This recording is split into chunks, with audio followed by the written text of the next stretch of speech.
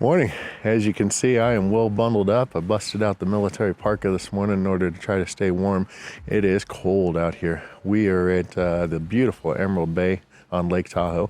This was about halfway in between Mount Shasta, where we left last night, and our intended destination for sunset photos tonight. So we got here and camped last night and then got up early this morning in order to set up and capture the sunrise over Emerald Bay, and hope it turns out with some beautiful color. We've already got some nice clouds in the sky that are reflecting that sunlight, and just hoping that it transpires into another beautiful sunrise. If you've been watching, this is the third day of our trip, and this is the third video from that series of our trip, and we've got a lot more beautiful places to photograph in store. So stick around while we watch the sunrise, and then we'll get on the road and head on down to the next location.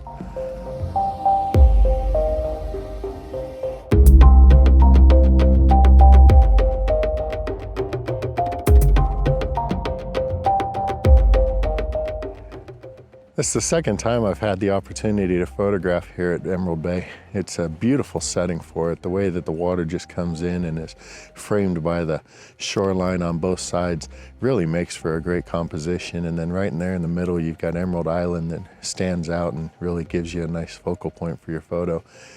The weather forecast was predicting more clouds than what we're seeing this morning, and really we're hoping for a few more clouds in order to be able to reflect that sunlight as it's coming up and give us the beautiful color in the sky that we're looking for. But overall, I'm not disappointed with the sunrise. It is still pretty. You've got this one cloud that is over to the side there that is just picking up that sunlight beautifully and standing out. And now as we're standing here, the clouds, here it comes.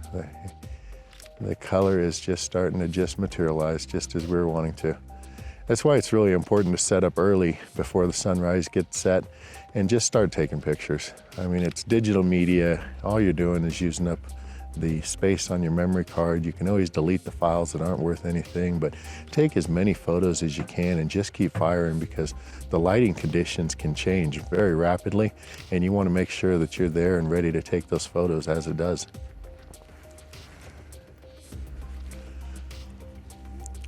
Wouldn't you know it, the beautiful water down there of Emerald Bay is starting to reflect the colors of the sky.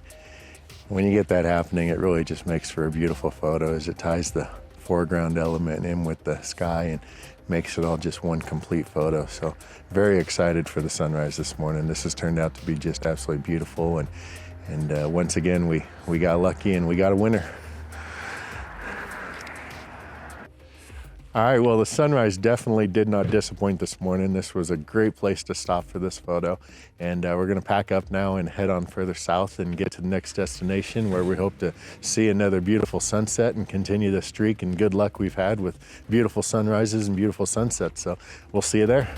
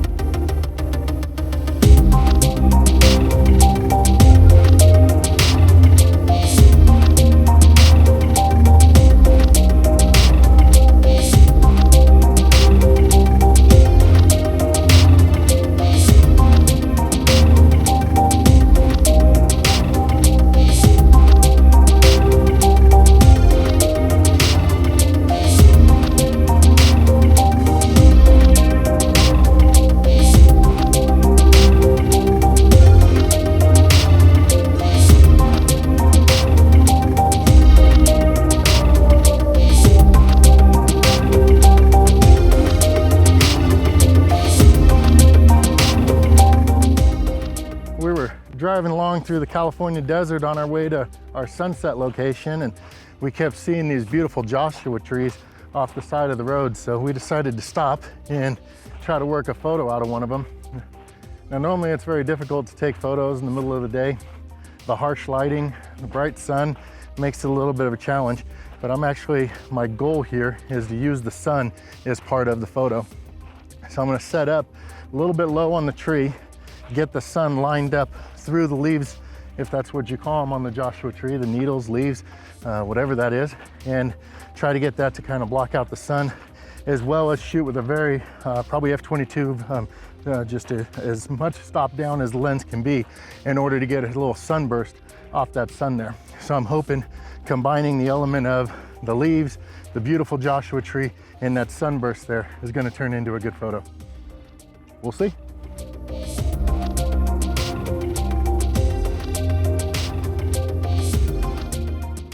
One of the things that I love about Joshua trees and what really draws me to them is the way the needles grow and the tree grows out of those needles. And these are all the former needles that used to make up the head here. And they're the former ones, and you can see they go all the way down the base of the actual tree here. And whenever they grow like this, and then the older needles are here, they get really weathered. And whenever they get weathered, they pick up this texture. And I think that you can really accentuate that texture in a great photo, especially a black and white photo. So once I'm done shooting that sun photo like I want, I'm gonna come back in, shoot the other direction, and try to capture and really highlight the texture that you see right here on these needles.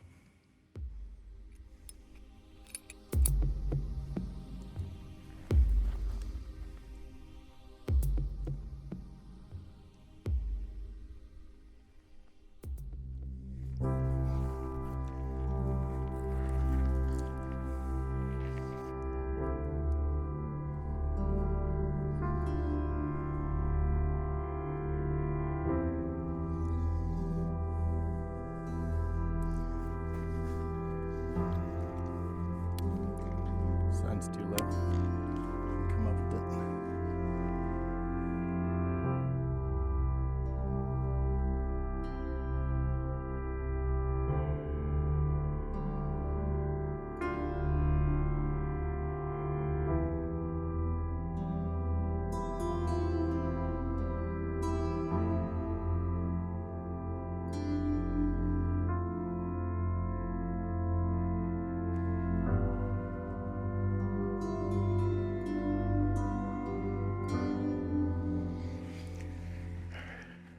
All right, hopefully I got the shot that I was looking for there for the sunburst.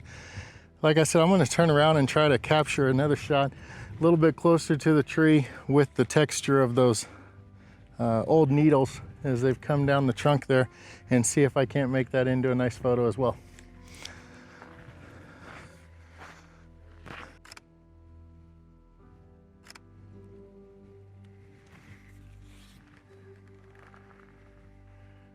All right, I think I got the two shots of this beautiful Joshua tree that I came out here to get.